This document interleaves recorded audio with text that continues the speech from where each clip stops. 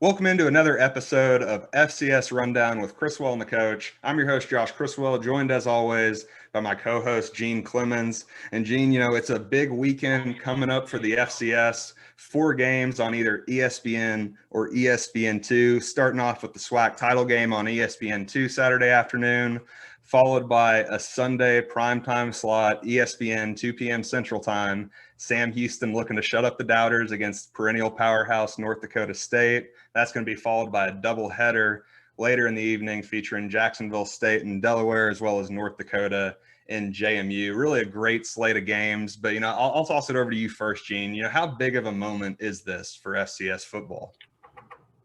I think it's a big moment. I think it's a big opportunity. I feel a little bad for Jacksonville State. They kind of got squeezed in the we're going to put you on around the exact same time as probably the best matchup of the weekend. But you have to like the opportunity for FCS schools to not be on a channel that they have to search on a computer to find. And so they have to take advantage of it, though. These teams need to come out and perform. All of we're going to be as conservative and la-di-da, like the reason you get more exposure is because you play a brand of football that people want to see. So if it just becomes your ho-hum 3-yard in a cloud of dust matchups, they're really going to waste this opportunity. I don't think we're going to see that out of Sam Houston State, but that remains to be seen. I was a little bit concerned with, Sam Houston. I was a little bit concerned with what I saw out of them versus Monmouth when they got a lead last week, and I'm sure we'll get into it, but it's a big weekend for the FCS, and I'm really looking forward to the opportunity to sit back, if you want to, on a couch and just watch the entire playoffs unfold right there on your television. Yeah, it's going to be nice just being able to sit here and just stare at my phone like this for 2.5 hours while I sit through a game. But no, I think it's awesome. You nailed it, though. That Delaware-Jacksonville State game, I think Sam Houston, North Dakota State's the game of the week. But I think that one's a close second. Delaware was, in my opinion, over the last couple months have been the better performing team. But last week, Jacksonville State showed that there's a clear talent advantage that they have. So that one I'm really interested to see. And I almost wish they would have bumped that one up to 11, even if you're putting it on ESPN3. That way it's not going head to head with that big game on ESPN. Absolutely. That's unfortunate. But, if either one of those teams that take care of business, they're going to get their opportunity in the semifinals next week. So, we'll hope for good matchups of the other 3 that really put a good showcase on for the FCS. No doubt. And, speaking of ESPN, I guess, we'll touch on this real quick before we move on. Going to talk a little bit about the transfer rule before we move into our favorite bets of the weekend. But, me and you had a little back and forth on Twitter, and, it's kind of the thing that's the common denominator in the FCS football this spring is that Deion Sanders definitely evokes strong emotions, no matter what side or what topic you're talking about. It seems like he kind of, people feel very strongly one way or the other whenever his name comes up. I guess I'll toss it over to Eugene. I mentioned on Twitter, someone was complaining about the lack of games, not being on a network, having to go to ESPN3.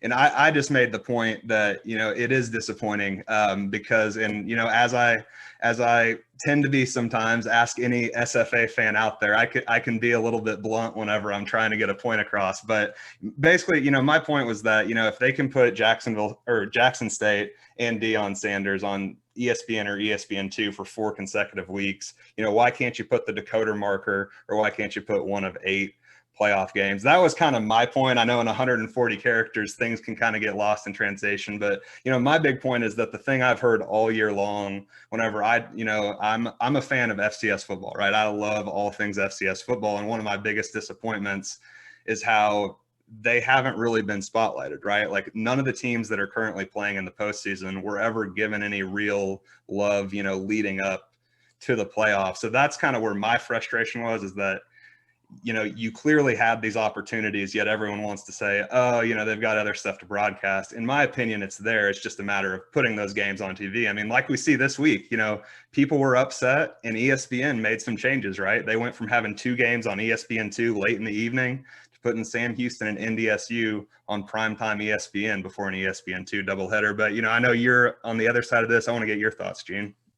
Well, it's interesting because I don't think we're on different sides of it. I think that we just come at it from different points of view. I do believe that ESPN could put the FCS in a more favorable light with where they place them. But if we're really being honest about it, just a few years ago, there was no place. So we weren't getting any coverage. There was no ESPN3 that they would be able to broadcast these games on, or ESPN Plus. So the fact that there is an ESPN3 now, or ESPN Plus, and I actually think that ESPN got it wrong, because they should have just put it on ESPN Plus instead of ESPN3, because ESPN3 requires you to have a cable connection. And as we know in this country, so many people are going away from cable. So like, if you don't have cable, you had no way of getting that game, any of those games last week, if they were on ESPN3. If they had been on ESPN Plus, then the 50 million people that have ESPN Plus or whatever it is, they could have accessed that game and been able to see what was going on with the FCS. But for me, it's like, you have to be careful, because it can easily sound like the person that says, well, you did it for them, why can't you do it for us? And that never makes the person that's doing something for you want to do it.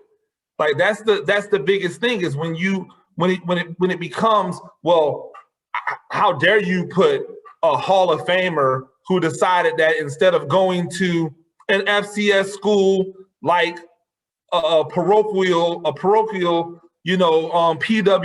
school, he goes to an HBCU school. How dare you give that guy and his school all of this attention? It just sounds like sour grapes. And then sour grapes never taste good when you turn it into wine. So if that's the case, they can go, well, all right, well, you don't like the fact that we put an FCS school on ESPN2 for 4 straight weeks?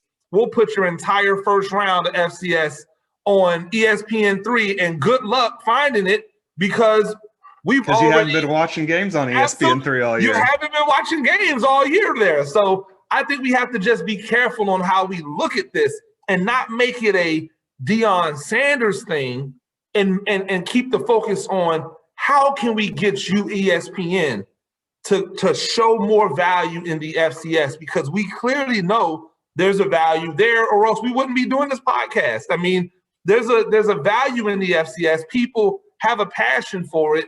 It's come out in the spring. So let's focus our energy there, instead of looking at it and going, well, you let him do it or you let her do it. Let's just say, hey, do it for everybody. I think that's a very fair point. I think the reason why I brought up Deion Sanders whenever I tweeted that out is just because, as we've seen, it seems like everything that Deion does evokes strong emotions, regardless of where you stand on Deion or whatever you're talking about. Him being around it amplifies whatever the situation is. And that's a great thing for the FCS, right? I mean, it's good to be having these, like you said, 3 years ago, we wouldn't even be having this discussion. Like, the fact that we're having discussions about games not being on networks and which games are on networks is a step in the positive direction. And, Deion, I think I saw a couple weeks ago, Jackson State said he's brought in over $100 million in marketing value. So I think that's awesome. I think one thing, you brought up the HBCUs, something I would rather see, especially now that we're seeing a lot of these high profile names, Eddie George, and then potentially Marshall Faulk down at Southern. Instead of putting, Deion Sanders and Jackson State on ESPN or ESPN2 for 4 weeks in a row, why don't you have an HBCU or a SWAC game of the week? I mean, I think that would be appointment television every single week. That way, you're not watching Deion and Jackson State beat up on Mississippi Valley State like everyone in their right mind should. But then you could also get some of these other games, like Connell Maynor. He's not the same name as Deion Sanders, but he's one of my favorite coaches in the entire FCS. And I mean, Alabama State, Alabama A&M, one of the most exciting teams in the country. So I think a good thing moving forward would be maybe every week on ESPNU, find one of the networks to put it on, give us a SWAC or an HBCU game of the week. Absolutely. I think that's a great idea. But you and I both know This isn't about what they should do. This isn't about what's right. This is about what's going to rate. And Deion Sanders rates. And so even with those other two, you put Eddie George and Marshall Faulk, Deion Sanders is still rating four times what they do. And here's why. Here's the truth behind it. We have no clue what Eddie George brings to the table as a coach. We actually don't really know much about Eddie George's personality. Personalities sell. The reason why you see certain coaches elevate and certain coaches drop is because those personalities are able to attract in. I believe the FCS as a whole has some of the best coaches in college football. But how good are they at pulling the attention?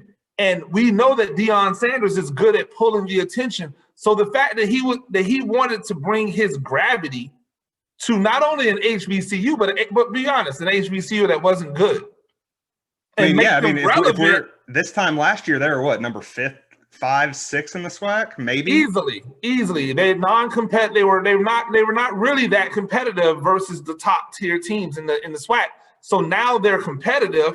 They have a guy who has a magnetic personality, who brings eyes and attention and better players, because ultimately that's what it is. And what I like most is he's a guy who says, we're not just here for fictitious trophies. We want to compete. So I could see him putting Jackson State in a position to continue to maybe even elevate out of the SWAC into, other conferences. We saw NCA&T, they're going to be competing for playoffs now. Yeah, because you have to do something to get the national attention, not only from a TV perspective, but from a recruiting perspective. And because right now in Mississippi, look how many schools they're competing with for talent. There's not that much talent in Mississippi. So it's like you got to go outside of Mississippi to find that talent. In order to do that, you have to have a more national profile. I think it's good for everybody. And I hope that people begin to embrace it. And not saying they shouldn't want to beat them, because they should, but come at it from a competitive standpoint and not really from a hate standpoint.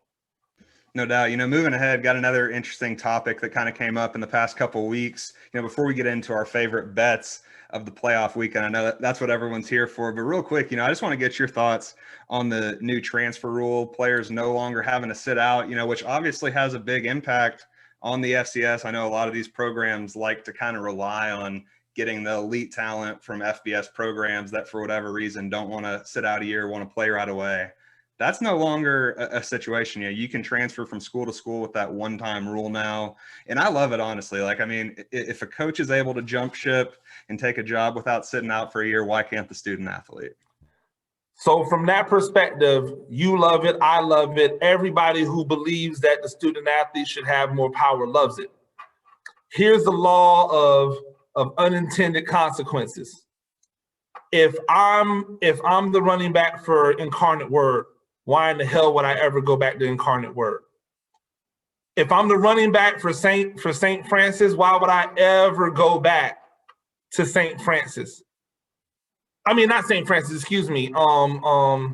Sacred Heart. Sacred Heart, not St. Francis.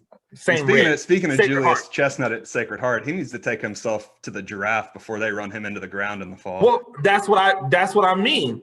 They literally gave that man the ball 1 billion times in the game. They didn't really have a chance to win. He's their one. He's already proven. So here's what I'll go back to. If you are Boston College, if you are XYZ, Virginia Tech, Virginia, and you need a running back that can come in and be a boss right now, do you go get a high school senior to come in as a true freshman? Or do you go get a sophomore with 3 more years of eligibility that you just saw tore up the FCS to come in? Both of those guys have proven that they are legitimate backs. It doesn't matter where you put them at. Otis Weah at North Dakota. Do you stay put at North Dakota, or do you take your talents to Minnesota or to XYZ, WAC school around there? I think the law of unintended consequences, that we're going to see the top level FCS talent jump up. Whereas we used to see a lot of talent drop down, we're going to see that top-level FCS talent jump up. And it won't just be them doing it as a graduate transfer. They'll start doing it after their freshman year. Because now if you're really good as a freshman at McNeese, why can't you go and be really good at Louisiana Monroe? And so that's something that's going to happen. I think it's going to raise the floor of the talent in the FCS because people are going to pull from the transfer portal more, which means there are going to be more good high school seniors that are looking for homes. They're going to end up at the FCS. But it's also going to result in more of those players jumping ship to go and try to live their dream of not only playing the highest level FBS football, but also putting them in better positions to possibly attack the NFL. No, but for me, I almost think it's a little bit of a two-way street though, because it's almost like instead of those guys dropping down to the FCS, a lot of them are making lateral moves side to side at the FBS level. In my opinion, that opens up the door for FCS programs to get some of these more talented freshmen that you can have step in and play right away. Yes. As well as, something that I think we're going to see a lot of. I think we're going to see a lot of FCS teams start to raid the JUCOs. I think you're going to see a lot of kids that maybe were JUCO looking to go up to that FBS level, maybe don't have that opportunity anymore because of guys moving FBS to FBS. All of a sudden, I think you have a chance for a lot of these FCS teams. You have to know, and it's going to come down to who can recruit. And I think a big part too is going to be what can your school offer besides the football program? Because I know something Sam Houston has used multiple times in the past couple of years to their advantage is the fact that they have the #1 criminal justice program in the country. So, I mean, if you're a kid that's not going to go to the NFL, but you love football and you're still a top level college football player, all of a sudden you can say, hey, I can go to this school, get a degree in what I want to do that's going to be worth more than anywhere else. And I can play football and compete for a championship instead of maybe fighting for a CUSA title. Absolutely. But what happens when you go to Sam Houston, you ball out as a freshman, and then you get word that Houston wants you? Yeah, it's a two-way street for sure. That's what I'm saying. It's going to result in a lot more upheaval and turnover at the FCS level, but I also believe it's going to raise the talent floor at the FCS level. So to me, the coaches who are able to ingratiate that talent the fastest, the ones who are able to be able to continue and let it roll with the talent going in and out, those are the ones that are going to be the most successful. Not the guys who have built their reputation on building programs and getting guys in there for 2, 3, 4 years, maybe even 5 years. It won't be that in many cases anymore. It's going to be those guys looking for that greener pasture because that's what we've seen happen. I mean, it's happening at Division III level now where guys are transferring from one Division III school to another Division III school that's a better D3 school. So if it's happening at the D3 level, it's definitely going to happen everywhere else. No doubt. Now let's get into the thing that all the gamblers out there have been patiently waiting for, and that is our favorite bets of the weekend. For me, I didn't get a chance to take home my free money with Alabama A&M against Mississippi Valley State last weekend.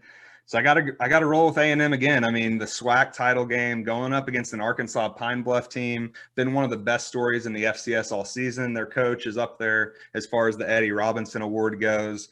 But for me, I just love what I've seen from Alabama A&M all season long. It just seems like every time I turn on the channel and they're playing, they're just taking whoever they're playing apart. So I think that as good of a story as Arkansas Pine Bluff has been, I'm not necessarily sold that they're the best team that Alabama A&M has played yet this year. So I'm going to roll with Alabama A&M. I don't think it's going to be a huge blowout, but give me Alabama A&M by 7 to 10 points and easily cover in the 3.5. Absolutely, and I'm right there with you. I think that Alabama A&M is the best bet of the weekend. Probably the safest bet of the weekend, the one that you could easily just buy a point on and just let them win by a field goal if you think it's going to be tight. I am really excited about what Arkansas Pine Bluff has done this year. I think this is not just a one-off. I think they're going to be a problem going forward. I don't know if they're going to be champion, but I think they're going to be a factor in the fall. But this Alabama A&M team just seem like they're locked in, and they've been tough on everybody. And I don't see that changing this week. I think Alabama A&M is probably the best bet, especially in Jackson, Mississippi. An easy ride for the home team to come in and support their guys. I think they get it done this weekend. So I would take that and give up the 3 happily. Real quick, before we move on, we got our rapid fire picks. But I mean, Connell Maynard, judging by some of the rumors out there, this could potentially be his last game at Alabama A&M. Southern's looking for a head coach, and if they don't roll with Marshall Faulk, from what I'm seeing, it almost seems like Maynard's up there as your number 2 or one of your number 2 or 3 options. Yeah, I think it's interesting. I don't really know what he gained from going from A&M to Southern, unless it's just more money. And I can't imagine it's too much more money because they just lost their coach for monetary reasons. Absolutely. I don't really know what the draw would be. Why build it up at A&M to just let somebody else go? But it could be something internal. I don't know.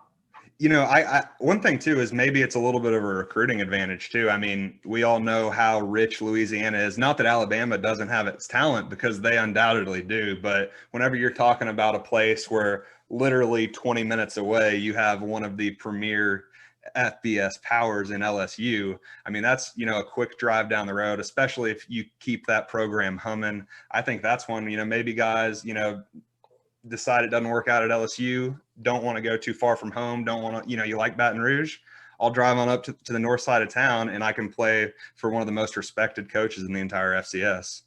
Absolutely. It's definitely, and I mean, the Louisiana lifestyle is not a bad lifestyle either. I've looked into it myself, so I can see it from that standpoint. But just looking at it from a particular just program standpoint, you've put all of this sweat equity into A&M. You've got them humming. You've got an opportunity to then go into next year as the favorite. It's hard to walk away from that to go and start something back up again.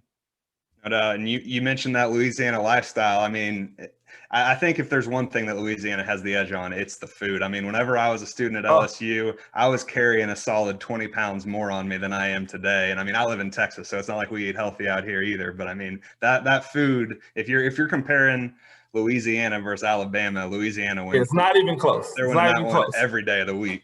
Absolutely. All right. As we do every week, it's time for rapid fire picks. Got our producer, David Graff, on the line. David, what are we betting on this week? Let's start it off with the first game of the weekend, Delaware plus 3.5 at Jacksonville State. Well, for me, I think that this to me is my best, one of my best bets of the week. I think Jacksonville State's on a different level. I don't actually think that Delaware is ready for this yet. Maybe in the fall they will be, but I think Jacksonville State's defense is just too good. I think they have offensive weapons that are going to remind Delaware of what they saw last week, except it's not one-dimensional. They'll be able to throw the ball. They'll be able to do things. They won't turn the ball over a billion times. They take care of the ball. And I think that they do a really good job of constricting you. You continue to come. You punt it away to them. They get closer. You punt it away to them. They get closer. All of a sudden, it's a touchdown. You've got a turnover. They strike quick. It's a touchdown. The next thing you know, they're up by 21 points. And if they get a lead on you, that's pretty much it. They haven't relinquished the lead all year. I don't see them doing it. I don't see them doing it this week. I think they roll into the semifinals. This one's a little bit different for me because I've seen Delaware and I've been so impressed by them all season long, right? I'm an FCS stats voter. I think at one point I had Delaware all the way up to number 2 or 3 in my ballot, just because if we're looking at what happened in the regular season, they were undoubtedly the best team in the CAA. Unless you're a James Madison homer, you're going to agree as far as accomplishments this spring. I don't think anyone can touch what the Blue Hens did in the CAA. Whereas Jacksonville State, they had some really impressive wins, but ever since that hiccup against Austin Peay, I've been so hesitant to put any money on them. Then we get the first round of the playoffs. Jacksonville State's talent advantage clearly shows. Delaware State's potential, areas for struggle, they were spotlighted. So I don't know what to think on this one. If I'm making a bet on this game, I'm doing the over at 41.5 because both teams are averaging, close to 30 a game. I think that's safe money. I mean, you basically have to get these teams to 2/3 of their combined point total, and you're cashing that ticket. But if I have to choose, I'm not going away from Delaware yet, in large part due to the fact that I have a little bit riding on them as a long shot national title hope. So I'm not going to dive off board yet, but I don't feel good about this one. If there's a bet that I feel the worst about this week, it is undoubtedly Delaware against Jacksonville State. And before we move on real quick, David, Jacksonville State and Eastern Washington were the two longest shots, or two of the longest shots. I have a nice little wager on both of them. Eastern Washington let me down. But I've been on Jacksonville State's bandwagon all year, and so I thought that the hiccup versus Austin Peay was just that. It was a hiccup. A lot of games in a row where they have to keep it locked in. No legitimate off days in that conference. So I think that's a part of it. But it'll be interesting to see what happens. Our next game, the line made me do a double take. North Dakota State is -3.5 at playoff seed Sam Houston State. Sam Houston, David Graff. Absolutely, and I think that Sam Houston is man, that Sam Houston defense. Sam Houston, James Madison. For me, Sam Houston, James Madison, Jacksonville State. Those guys have shown me defenses that have an opportunity to smother you. North Dakota State's going to run the ball, and they're not going to get away from the run, because if they get away from the run, they're going to get blown out. So they are just going to continue to run. They did that against Eastern Washington. Eastern Washington's defense isn't even on the same planet as Sam Houston State's defense. I think if Sam Houston State gets gifted a 3-touchdown lead, it'll end up a 5-touchdown lead before the end of that game. And for that reason, I'll take Sam Houston, and I won't even give me the points, I guess, but I'm really liking the money line there. I know North Dakota State fans just love me continuing to bet against their team, but I can't do it, North Dakota State. See me in the fall, though. I'm balling. Yeah, you mentioned something that is the reason why I'm taking Sam plus the 3.5 points here. Not saying that Sam's going to win outright, but I think that they're going to keep it within a field goal. North Dakota State's going to love to run the football, right? And as we saw again, it's not going to be the same story as Eastern Washington, right? Sam Houston is going to get stops. They're not going to stop them every time, but they're going to get stops, just like we know that offense is going to put up points. I mean, we talk about Sam Houston's struggles, and no doubt they were there, went up 21-0 early and almost gave it away. But I mean, the fact that you were able to hold on and beat a Monmouth team that was in my top 10 in the final ballot of the season, I mean, you did that with Jaquez Ezzard having one catch for a couple of yards. I mean, this was the one game where he was out there playing where he didn't light up the opponent for several 50-plus yard catches. So I think that's not going to happen this week. And one thing NDSU struggles with is containing guys whenever they go over the top. So you combine that with the fact that Ramon Jefferson and that Sam Houston offensive line is as similar to a Valley offense as you're going to see outside of the MVFC and James Madison. So I really think that Sam Houston keeps it close. I think it's going to be within a field goal. Could come down to the last drive. Could come down to overtime, but because of that reasoning, I'm going with Sam Houston plus the 3.5. Say it with your chest, Josh. It's okay. It's all right to just say, I think Sam Houston's going to win this game. I don't think North Dakota State is that good. It's okay to say that. I made that mistake last week, though. But it's all right. Honestly, if we're being honest out there, people, should North Dakota State have won that game? Come on. If they spot anybody in the Missouri Valley 3 touchdowns, that's a loss. Well, I do think they provided a blueprint to getting beat. That's for sure. But they've provided that blueprint to getting beat every week. We know the blueprint. Make them pass the ball. They can't do it. Like, I admire what their quarterbacks are trying to do. Cam Miller, great, cool. I appreciate you, guy. You're going to have a great career as a wide receiver or a defensive back when they change you over to there, or whatever other school you transfer to, but he's not the answer at quarterback either. He's not even as dynamic as a runner as I thought he would be when they put him in. Either that or they're just not running him as much.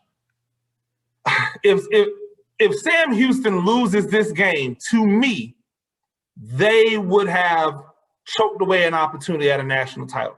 If Sam Houston loses this game, it's not because they aren't the better team, right? And that's one thing that Sam Houston head coach Casey Keeler has said for the past couple months is that from a talent perspective, there isn't a team that's better than them. I know that might be crazy for some people to see, but from a pure talent standpoint, that's not what's going to get Sam Houston beat. If Sam Houston gets beat, it's going to be because you go up 21 early and then get 20 yards over the last quarter and a half, or because you have 4 or 5 defensive pass interference calls that just keep gifting the opponent chances to stay in the game.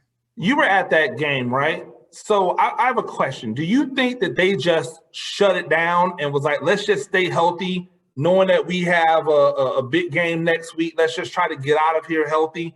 Because it really looked like they just lost all dynamic in their offense after they got up early and almost gave that game away because they couldn't rev it back up once they shut it down.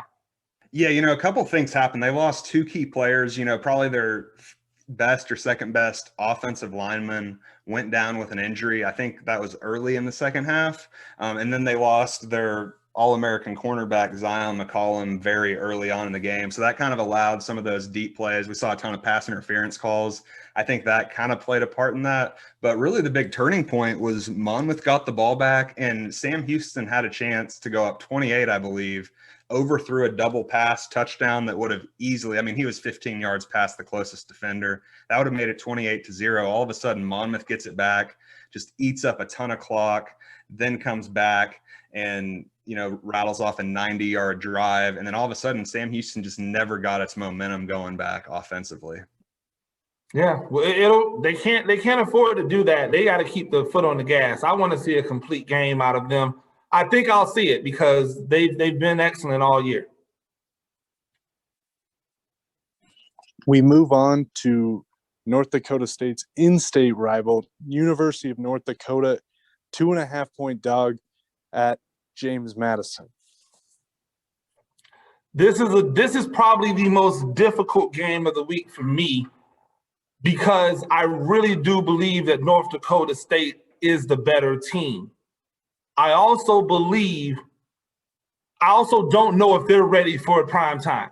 I don't know if they're ready for the limelight. The last time they had a test, they came up really short versus North Dakota State.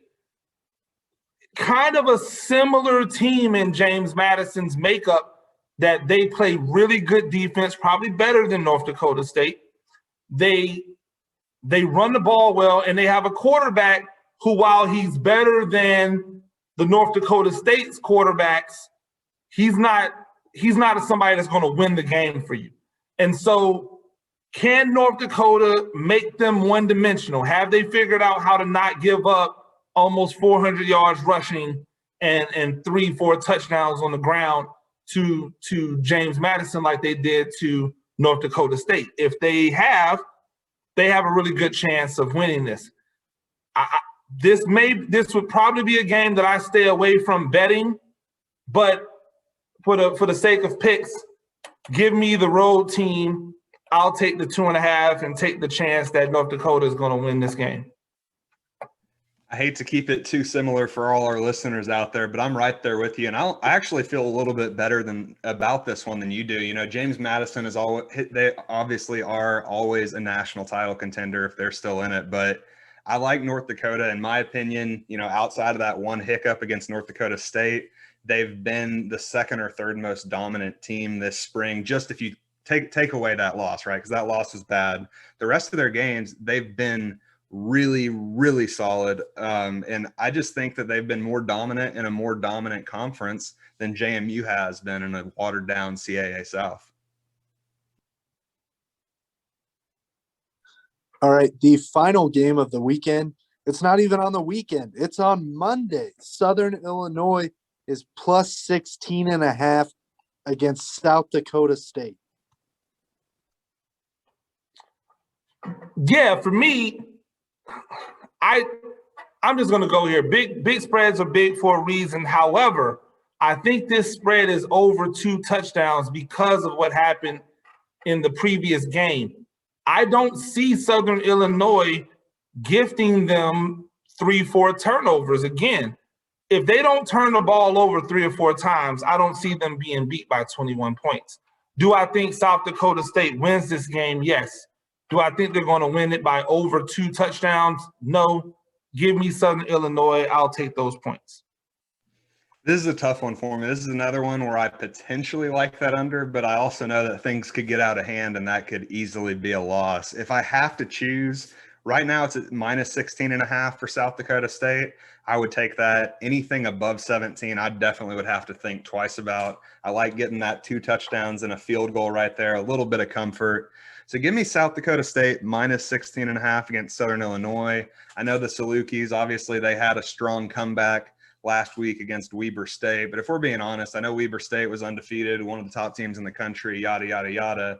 Anyone that watched them all spring long didn't really think that they were one of the top national title contenders. I think all but one of their games decided by less than a touchdown. So I don't necessarily – I'm not wowed by that win as much. I've also been just a little bit down on Southern Illinois all year long, while I've been extremely high on South Dakota State. I think for the past month or so, they've clearly been the most dominant, well-rounded team in the country. We saw what they did, coming off of that North Dakota loss. I think they've really kind of turned a quarter since there, beat the brakes off of Southern Illinois 44-1 or 44-3, and then obviously beat North Dakota State by double digits in the season finale. So I think they're a team that they'll get it going. And something we've seen, outside of that North Dakota State game that they won, in some of these games where Southern Illinois gets behind a score or two, it gets ugly, and it gets ugly quick. Obviously we know about the 41-point loss to SDSU, but then also North Dakota beat them by 23 earlier this year too. So that's kind of a trend. I think if they are going to lose this game, they're going to lose it by a lot. And if you think Southern Illinois has a chance, I'd throw my money down on that money line that's paying out almost 5-1 right now. Absolutely. If you think Southern Illinois is going to get the upset, you definitely want to throw that money down, but you're a bold person if you're predicting that. Yeah, that's certainly called gambling when you put your money on Southern Illinois money line. You guys are pretty similar. Delaware, Sam Houston State, and North Dakota. And then Not Delaware. I am on Jacksonville State. Thank you very much. Gene, Coach Clemens is on Jacksonville State. Excuse me. My apologies to Jacksonville State and their wonderful athletic director. Absolutely. Appreciate it as always, David Graff. And as always, gamble responsibly. Now, as we do every week, going to close out the show with our parlay of the weekend. I'm going to go ahead and give a disclaimer. I don't love this one. This is not a week that I would love to be making a parlay pick. But, hey, we do it for the listeners, so I'll go on here, take my lumps. Maybe this is finally the week that we break through. I think we're on like 3 or 4 weeks in a row where we hit the first 2 legs and then the final one let us down. So, Gene, tell us what the listeners are going to throw down 3 bets and cash that ticket on this weekend. So, I actually feel really good about this parlay this week. I like the fact that all of these spreads are small spreads because they're predicted to be tight games. I just like the outcomes. Alabama A&M, obviously our best bet of the week. Slap that with Sam Houston State. Give up the 3.5 just because it's a parlay. And then Jacksonville State, minus the 3.5. I feel comfortable giving that 3.5 up. If you want it, buy one, get it to 2.5, and now you win by a field goal and you cash.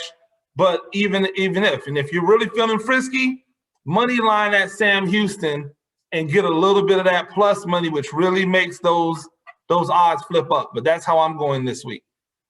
I like all those plays. For me, I'm sticking right there with you. Alabama A&M, I think minus 3.5 is too easy. Like you said, if you want to spend a little extra money to get that point, I wouldn't blame you for that either. JMU, Delaware, love that over at 41.5. 2 teams averaging close to 60 a game. I think this one, a more accurate point total is going to be closer to that high 40s, low 50s. So I love them at anything under 44, really. So give me that. And then for the last one, I know I went with SDSU to cover that big spread for my rapid fire picks to kind of hedge my money a little bit, just in case that one doesn't work. I'm going to go SDSU, Southern Illinois, 54.5-point under. As we saw earlier this year, these two teams met. It was a blowout, and it still only got to 44 points. I think 54 is too much. I would like that under anywhere as long as it's above 50. But that's my parlay. Anything else you got before we send it off for the listeners? No, obviously gamble responsibly, and just know that if you took one of our bets, we died together. No doubt. Well, that's all I got for you this week. I'm Josh Criswell. He's the coach, Gene Clemens. You've been listening to FCS Rundown with Criswell and the coach. Make sure to drop us a rating, leave us a review, and subscribe to the podcast. You can find us on iHeartRadio, Apple Podcasts, Spotify, wherever you listen to your podcasts. We've got you covered. 5 stars.